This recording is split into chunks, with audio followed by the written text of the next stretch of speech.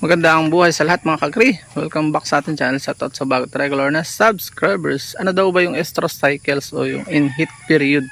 Ano yung mga sign ng isang babaeng tupa na naglalandi? Ito po ay buntis na si Monipa. Ayun, nahiya. Sometimes gusto nila magpa-video, minsan ayaw.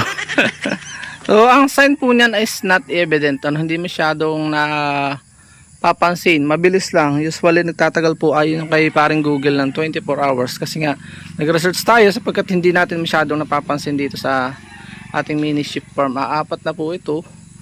Ayan si Moni, pakita nyo. Siya ay pang ilang anak na niya yan. Medyo may edad na kailangan magpalit na ako ng inahin.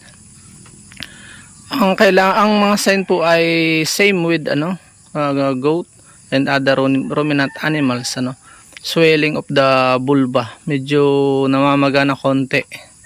Kaya ang sabi ko sa inyo, tumatagal lang ng 24 hours. At yung mga lalaking yan, ay mga barakong yan, ay alis to yan pagka ganyang mga pagkakataon. Kaya kahit yan mabilis, ay mabilis pa sila sa alas 4. Aabangan talaga nila yan at yan ay bibihira, nakakaligtas. Mauulit po yon sa ilang araw, ilang buwan.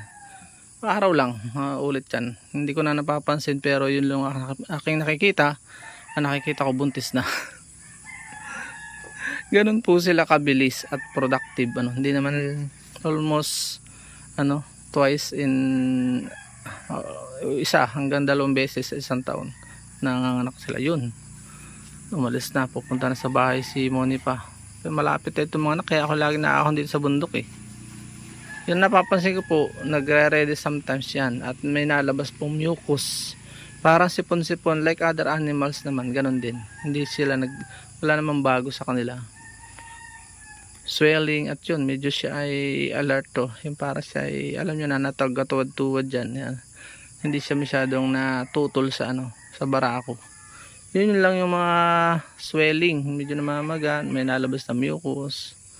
Yun yung evident. Kung meron pa kayo nakikita inyo pong i-comment na lang below at idadagdag ko na lang sa description yung aking mga nakita pa na sign ng pag-i-inhit. Sa lalaki lagi yan, always. Wala pong period, talagang anytime, anywhere. 1:10 ang capacity ng mga yan. Ayan, gagala na sila. Kita na, pila lagi sila. Yun lang, maraming salamat. May natutunan kayo kahindig sila ating vlog. Please support all Philippine vloggers. Pakita natin sa mundo nagkakaisang lahing Pilipino. Huwag niyo po sana skip at mga ads. Magdadagdag lang po tayo ng misyon sa buhay. Paalam and God bless. Hanggang dito na lamang po ang ating vlog. I hope na may natutunan po kayo at napagpala sa panonood. If you like this video at mahilig po kayo sa mga ganitong klaseng upload, please consider subscribing and hitting the bell icon so that you'll get notification sakaling may latest po tayong upload. Hanggang dito na lamang po. Maraming salamat. God bless. Bye-bye. Bye-bye muna. Bye-bye. Bye-bye muna. Bye-bye. Bye-bye sa ating mga subscriber viewers. Bye-bye muna. Bye-bye. Bye-bye muna po.